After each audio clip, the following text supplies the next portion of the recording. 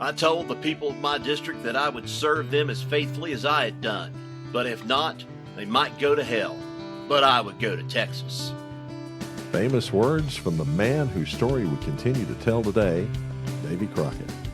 Hello, folks. I'm Steve Gilly, along with Rod Mullins, and this is Stories, A History of Appalachia. Steve, I think this is just an incredible story about Davy Crockett. I learned so much about him in the first part that we just recently completed. Had no idea that he was a cattle hand, had no idea that he had even gone through Christiansburg, Virginia, had even been as far as Front Royal, Virginia. Wow, just an incredible part of this man that I think a lot of people take for granted. They see him in his, his buckskin leather, so to speak, and carrying a flintlock. I think he was far more than just that. He was indeed. And today we're going to get into that part of his life story that most people know him for, and that's his involvement with the Battle of the Alamo down in Texas.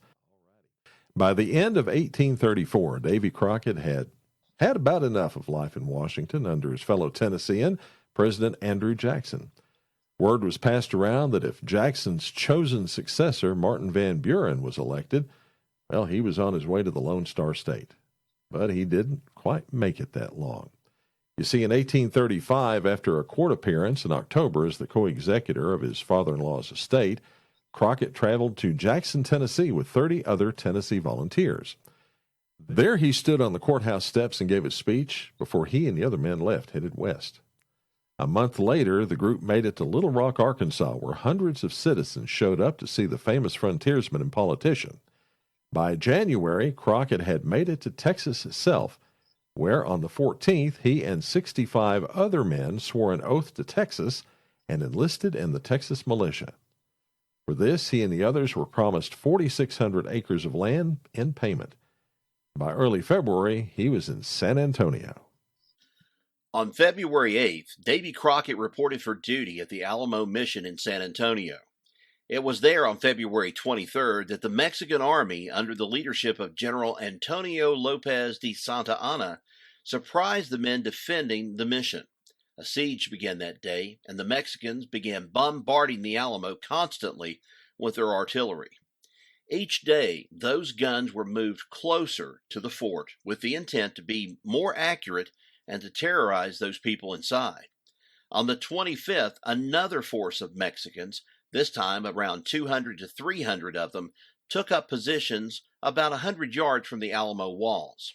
This started a battle between the Alamo defenders and the new Mexican force, with cannon shot and rifle fire from Crockett and his men driving the force back.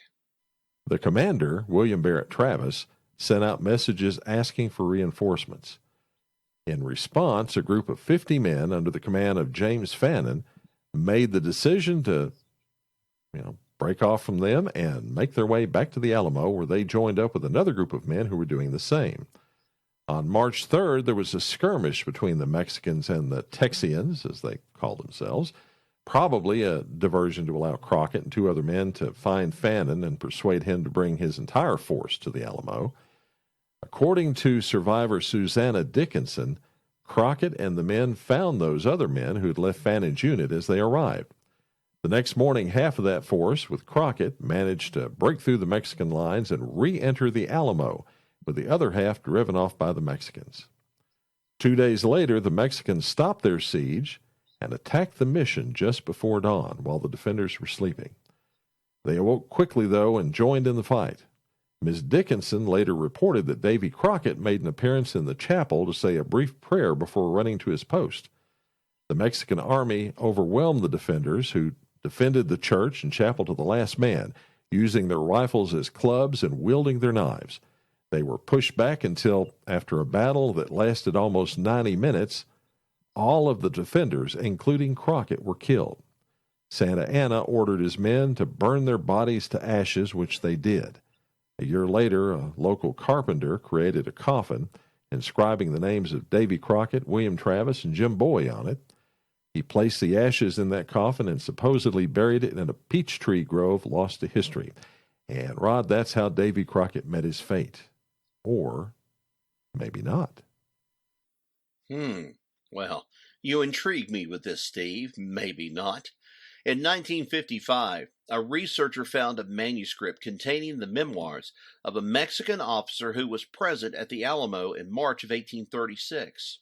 This officer, Jose Enrique de la Peña, wrote of an entirely different end to the brave defenders of the Alamo, which didn't sit well with the Texans, especially in 1955. In fact, the person who did the English translation of this document, Carmen Perry, the former librarian of the Daughter of the Republic of Texas, was harassed by letter and anonymous phone calls for the suggestion that Crockett did not die fighting to the end. According to De La Peña, Crockett and other defenders were captured by Santa Anna and were summarily executed. Now, this account matches stories that began to go around after the fall of the Alamo, told by a slave named Ben. Ben had been a cook for one of the Santa Anna's officers, and his story was that Crockett had surrendered and had been executed, his body tossed into the barracks along with no less than 16 Mexican corpses, with Crockett's knife buried in one of them. Now, we don't know which happened first and which version might be correct, but we just tell the story here, folks, and in this case, stories about how Davy Crockett met his end. Yeah, and that's what I was talking about when I said there's more than one version of things that happened.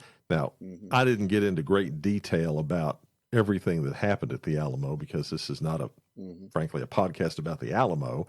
There are other podcasts that do that. This is just about Davy Crockett and his part in it and how he met his fate at the end, which, frankly, it could still be a mystery.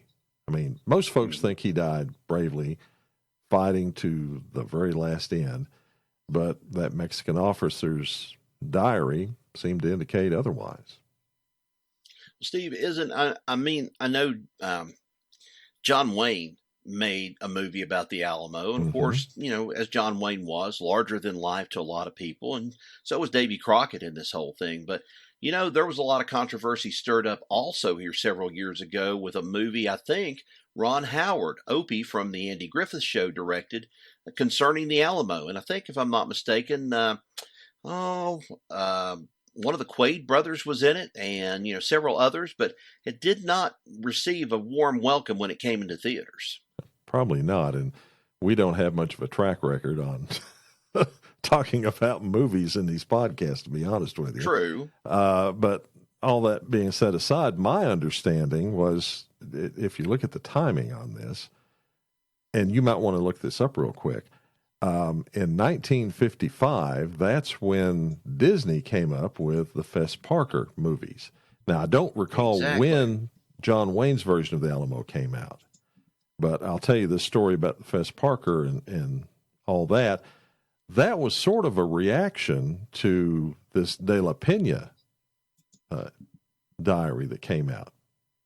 That Disney wanted to portray Davy Crockett as exactly what everybody thought he was, and which he probably was, a fighter all the way to the bitter end. And I would assume as a matter of fact, I would assume that depending on when the Alamo movie came out, that John Wayne might have been doing the same thing. I don't know, because you brought that up. I hadn't even thought about that, so I don't know what year that came out. Did you happen to find that? Well, I figured that. Yeah, I did. I figured one of our viewers out there who knows John Wayne really well would probably correct us one way or the other out of that, but still, just joking there, okay? But anyway, Davy Crockett, The King of the Wild Frontier, it was a movie released in 1955 by Walt Disney Productions. Right. And then finally, it was all edited, the first 3 episodes edited together for the Davy Crockett television series, because it was so well received. We knew what happened with Davy Crockett at the Alamo. They turned around and made it into a television series. And then they took other things in there. Davy Crockett, Indian Fighter, Davy Crockett Goes to Congress, and Davy Crockett at the Alamo.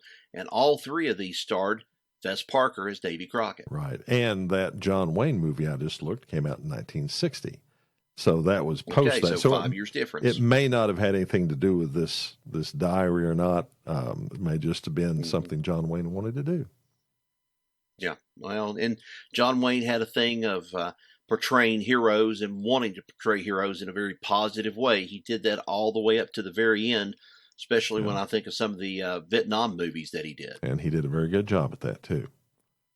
Now, that's the conclusion of our story about Texas hero, Appalachian son, politician, Davy Crockett. Another bit of the history of this place we call home, Appalachia. Thanks for listening. Now, you can subscribe to the audio version of the Stories podcast at Apple Podcasts, Player FM, Radio Public, Spotify, Stitcher, iHeartRadio, Audible, Google Podcast, or on your favorite podcast app. Till next we meet, y'all take care. So long, everybody. So long.